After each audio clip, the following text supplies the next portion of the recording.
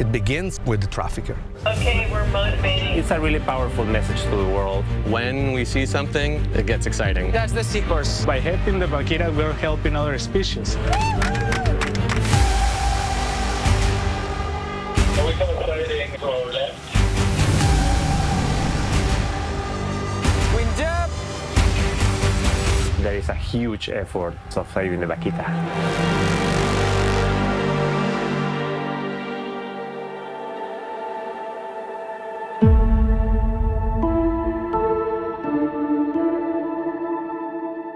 The world's smallest and most endangered marine mammal, the vaquita, is an elusive, shy little porpoise with distinctive black rings around its eyes and lips, found in only one place on Earth, the upper Gulf of California.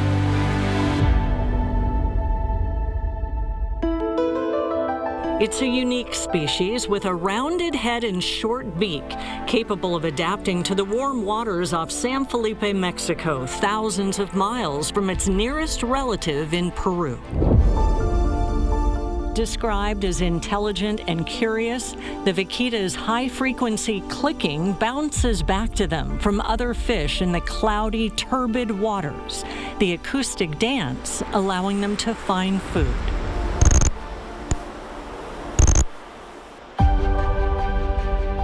Genetic studies show the separation of the vaquita lineage from its South American roots took place about 3 million years ago. But today, in the 21st century, less than 3 hours south of the border with the United States, illegal fishing in the Sea of Cortez has brought this species to the brink of extinction.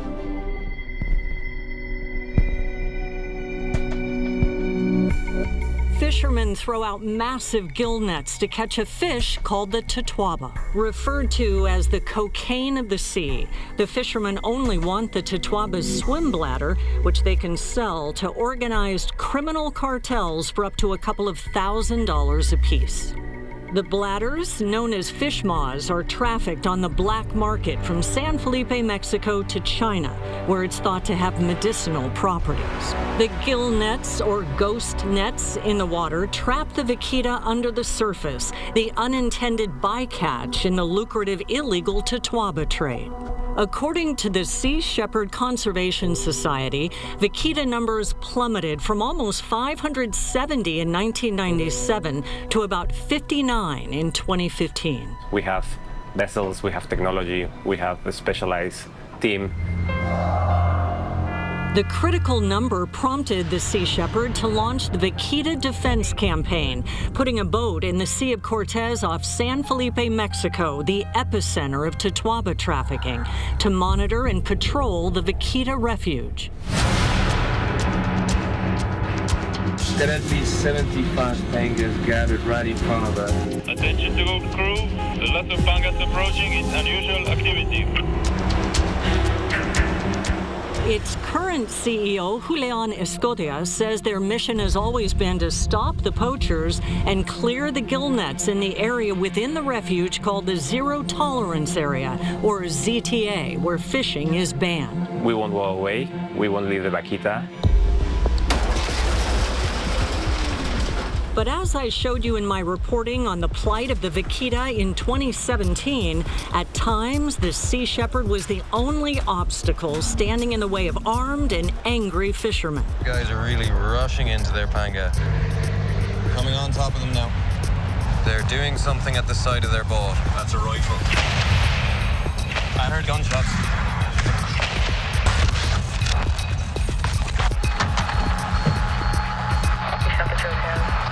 With violence, rampant illegal fishing, and organized crime growing, a team of 90 international experts from 9 countries, including marine veterinarian Dr. Cynthia Smith, president and CEO of the National Marine Mammal Foundation, attempted something never before tried: to capture, protect, and when it's safe in the Gulf, release the critically endangered porpoise back into the sea.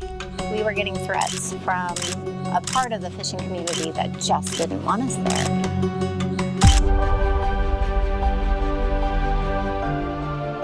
The project, known as Vaquita CPR, was the largest operation ever conducted to save a marine mammal from extinction. Oh yeah, what is that right there? You guys see those animals? After days, the international team encircled a female. No one's actually ever held a live vaquita. She was brought to the CPR rescue base. Her vitals were monitored. They named her Esperanza, Hope. Soon it was clear she would not accept the care of humans, and the team moved quickly to release her. Okay, 1, 2, 3. Go. Let her go. Go, girl, go.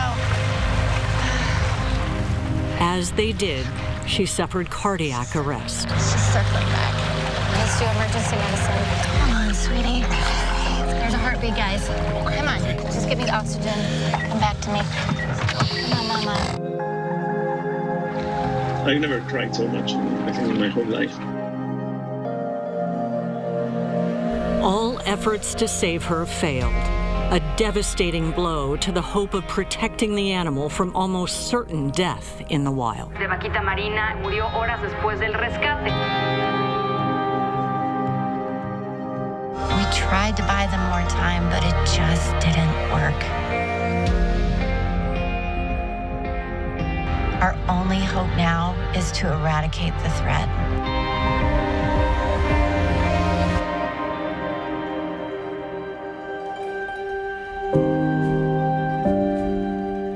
Pressure mounted, including from the United Nations. Later that same year, the Mexican government announced the permanent ban on gill nets would go into effect in the upper Gulf of California. That was not enforced. So the ban was there, but nobody was enforcing it. And so there were still ton of fishermen inside the protected area. Andrea Crosta is the founder and executive director of Earth League International. These areas are almost completely controlled by the cartels, different cartels. We're talking about the Sinaloa, the Chapitos, and so they run the show. As an intelligence group, his teams, many former FBI and CIA operatives, work undercover around the world in coordination with law enforcement to investigate environmental crimes, including wildlife trafficking. It's organized crime, and the reason is money. Big money.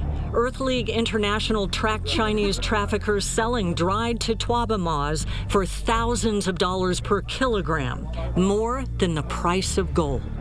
Crosta says his investigation into the international crime syndicate behind the Totoaba trade involved a nexus of Mexican drug cartels and Chinese traffickers. He calls them ghosts, unknown to authorities, no name, no face. He says also, like a ghost, his covert teams go in and get out with the information needed by law enforcement. All these people at the top level, all the people that we know involved in Totoaba trafficking at the moment are also involved in other serious crimes. Usually human smuggling, human trafficking, money laundering, drug trafficking, even fentanyl precursors. Same people. They do Totoaba, they do other stuff. 2 people were arrested in San Diego County for Totoaba trafficking: Chen M. Wang, a.k.a. Summer Wang, and Zifeng Gabriel Wu. Poaching is a reaction to trafficking. It's because there is a trafficker, or more than one, that tell the poachers, tell local communities, I can buy as much Totoaba you can bring me, and this is good money for you. And of course, they do it. According to federal court documents, in September of 2021, Wang told a confidential informant she'd already sold 280 Totoaba swim bladders and had 120 left, with a total worth of $2 million. They don't kill only the vaquita, they kill a lot of other marine species like sharks and turtles. So there are conservation implications. But now is, in my opinion, an organized crime problem.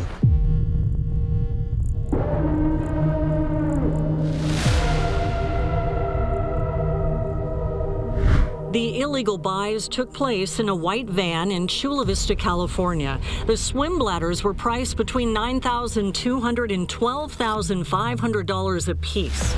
The most valuable Totoaba moths are older, larger females. Both Wang and Wu took plea deals to selling Totoaba. Earth League International traveled to China, pretending to be interested in buying large quantities of Totoaba swim bladders for family and friends. They found them for sale on main streets, back offices, and fish product wholesale shops.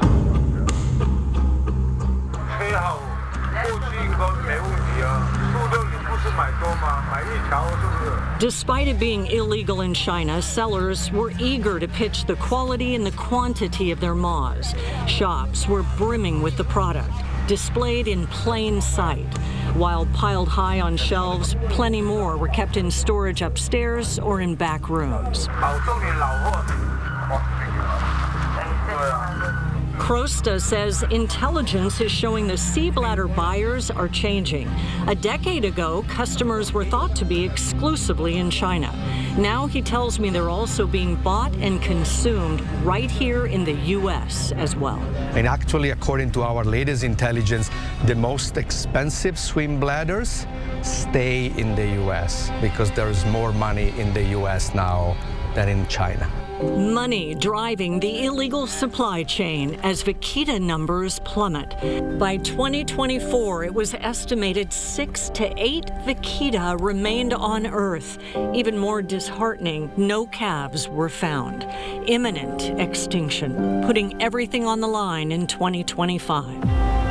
The Sea Shepherd Conservation Society conducts the annual Vaquita count every year from May through October. We prepare this for 6 months.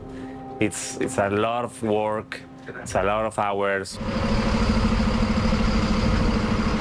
This year, a handful of journalists from around the world were invited to join the crew on board the ship in the Sea of Cortez. I traveled to San Felipe, Mexico, where the Mexican Navy was in charge of getting us from the military base to the Sea Shepherd vessel deep in the Gulf.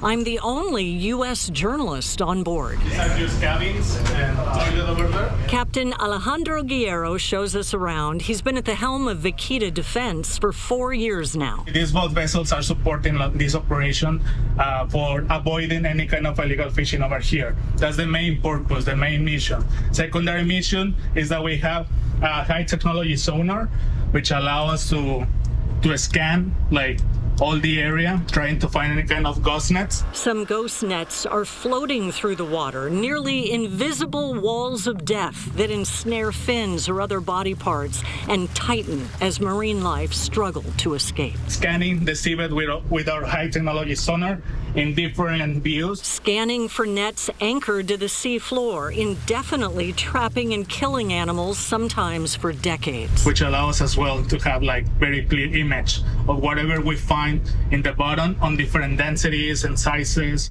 Monitoring below and above the surface. I'm honored to be captain in the Bob Barker. I'm on the newest Sea Shepherd vessel, the Bob Barker, a powerhouse vessel with advanced radar and sonar. Bob Barker was a strong supporter of Sea Shepherd throughout the history of Sea Shepherds. Bob Barker, of Price is Right fame, left a donation in his will that provided a second ship. We're monitoring the CTA 24/7. Now, for the first time, 2 Sea Shepherd ships patrol the zero-tolerance area, us and the Seahorse. We're on both ends of the zero-tolerance area. Scientists on board both vessels are looking for the Vaquita, hoping they'll find more than they did last year. A crisis entirely driven by greed. International scientists, marine biologists, and observers are all on board. The purpose is every panga or any fishing boat that goes over here, it is detected and reported to the Mexican Navy. The annual survey combines acoustic and visual science. Observers scan the horizon with large, big-eye binoculars looking for the Vaquita's tall dorsal fins. The Mexican government provided 80 acoustic devices that were dropped into the water. We're working hand to hand to put the sonars so you can hear the Vaquita marina. Hear the voice of the rarest marine mammal on Earth. During the decade the Sea Shepherd has worked in the upper Gulf of California, the partnership with the Mexican Navy has evolved. The collaboration between Sea Shepherd and the Mexican Navy is going better than ever. Like, this is the best collaboration I've ever seen. Today, a Mexican Navy inspector lives on the ship with the crew. ¿Y sabe cuánto tiempo más va a estar ahí? No sabemos cuánto tiempo voy a estar, pero permanentemente. It's just very delicious meals. I hope you like it. Crew members eat, sleep, and work on board in rotation, 2 months on, 2 months off. So it's hard, but at the same time it's comfortable because it feels good. Some, such as Enrique Weil from Barcelona, Spain, are in it for the long haul. He's been working with Sea Shepherd for 7 years. It's difficult. At the end, it's a lot of months with the same people in the same place. But it's for a cause that at least I believe in. So it feels super good to be here, have the opportunity to work in a vessel. Weil is a marine biologist who chooses the physically demanding mechanics and maintenance work on the deck. So the deck is giving me this opportunity, and also being here, it doesn't matter if I'm doing as a biologist or not. I share with all the people and even the biologists. There is a human toll of this mission, but their commitment, passion, and resolve to never give up is what drives them to leave everything about their life behind to serve a greater mission. And we are just patrolling day and night just to be ready in case some illegal fishing happen in the area. An enormous area to patrol, approximately 143 square miles. If this is San Felipe, so northwest, it will be this area. So basically it will be where the Seahorse is, that's the other ship, more in that direction. That's the Seahorse. In the last year, a crane capable of pulling up a 3-ton net was put on the back of each vessel. Stop! Boom out! The Sea Shepherd has removed well over 1,000 gill nets from the Sea of Cortez in the last decade. Stop! Chip down! 400 concrete barriers with hooks on the top are now in place at the bottom of the sea in the ZTA to snag the gill nets, the deadly mass of netting brought out of the water either by the Mexican Navy or the crew of the Sea Shepherd.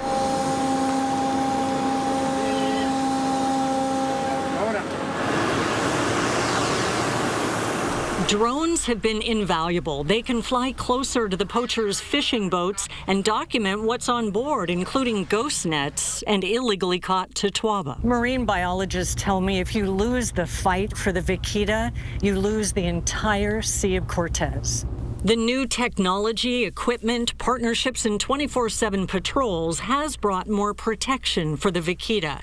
On this day, it's believed there are no gill nets in the zero-tolerance area. Because the ones that we found, they were already taken out. And then we can show the world that this is why we're here. Adam Yu is one of 6 observers on board the Bob Barker for the 2025 survey. His involvement in the fight to save the Vaquita from extinction goes back a decade. This is not the time to give up. This is the time for maximum effort. If weather allows, Adam and the other observers look through the big eye binoculars 90 minutes on. And by then, especially if we're heading into the sun, we're pretty well cooked. 90 minutes off all day from sunup to sunset.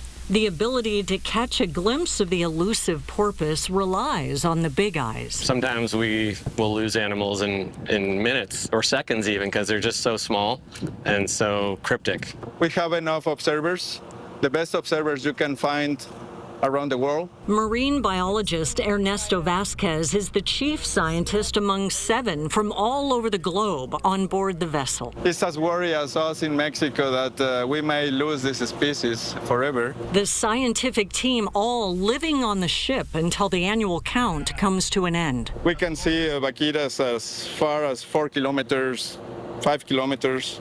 And then we approach them. We try to take photos of them so we can ID each individual. Can you tell them apart?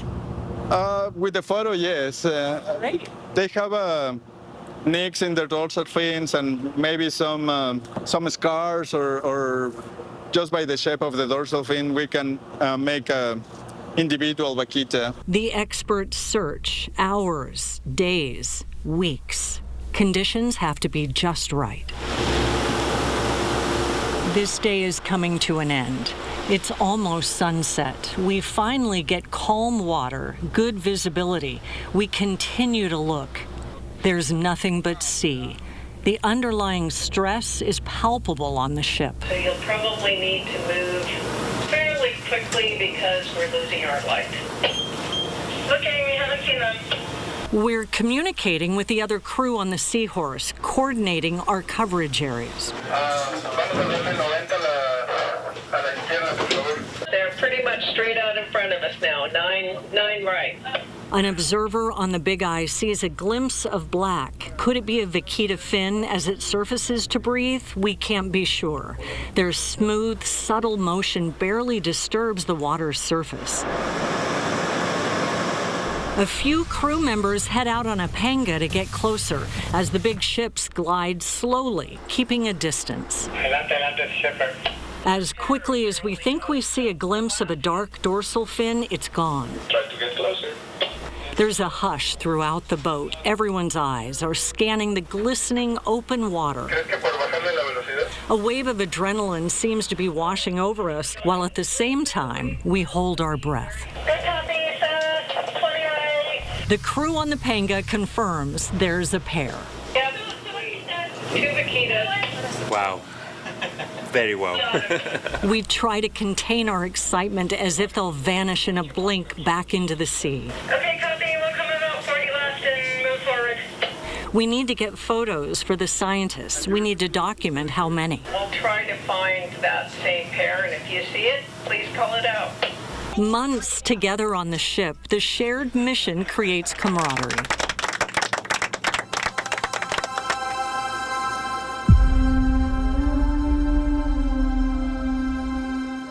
If we can hold steady here as much as we can. Yep, we got him.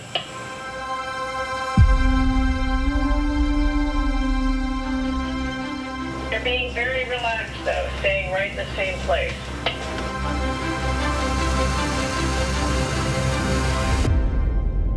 Fabian has them under the drone. Great.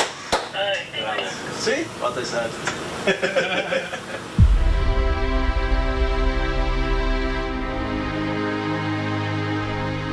Two of the world's most endangered marine mammals are swimming by.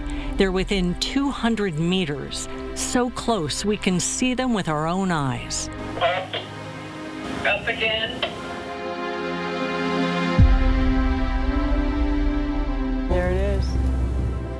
Oh, there's 2 of them.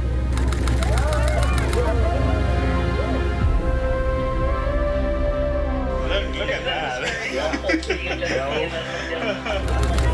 Oh my gosh. I'm a little bit in shock, I think. A tender sight as they almost swim as one. We're fixated, spellbound.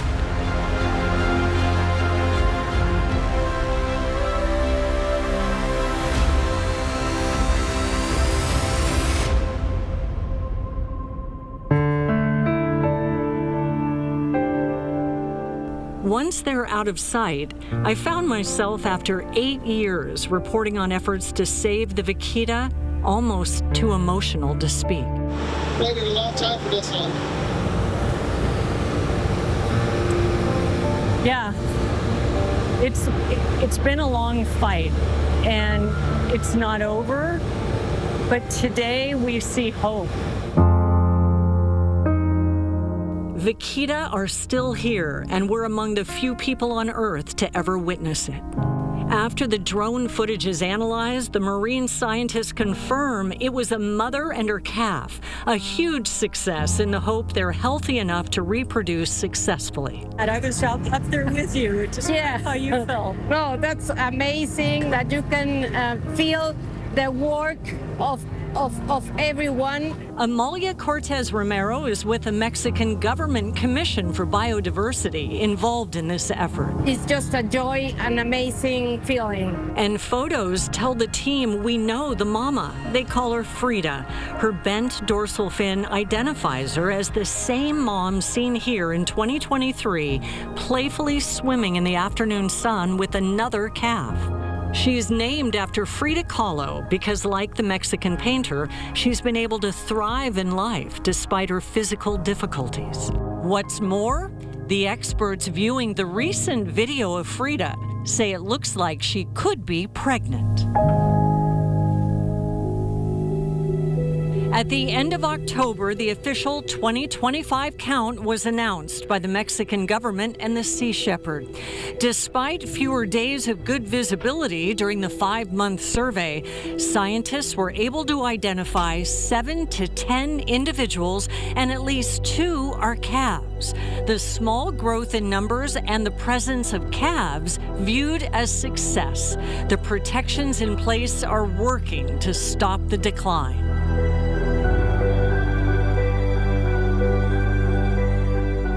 We have hope, and we have to work together. The survey found vaquitas are spending most of their time in the ZTA, but their range extends outside the small protected area, especially beyond its northwest corner.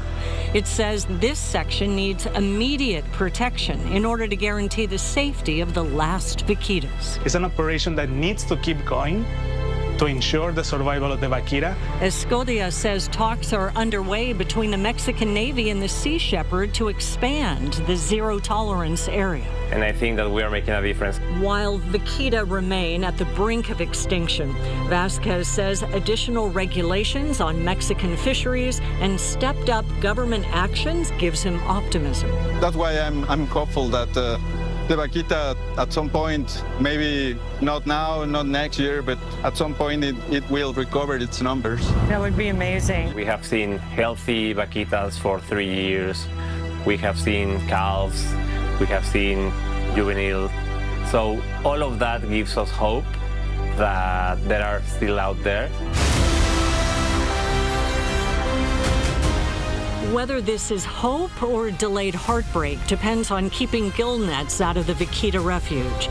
Research published in Science in 2022 found the genetic diversity of the species is strong enough to allow them to recover if the number of remaining vaquitas stays at or above 10, if and only if none is lost in gill nets.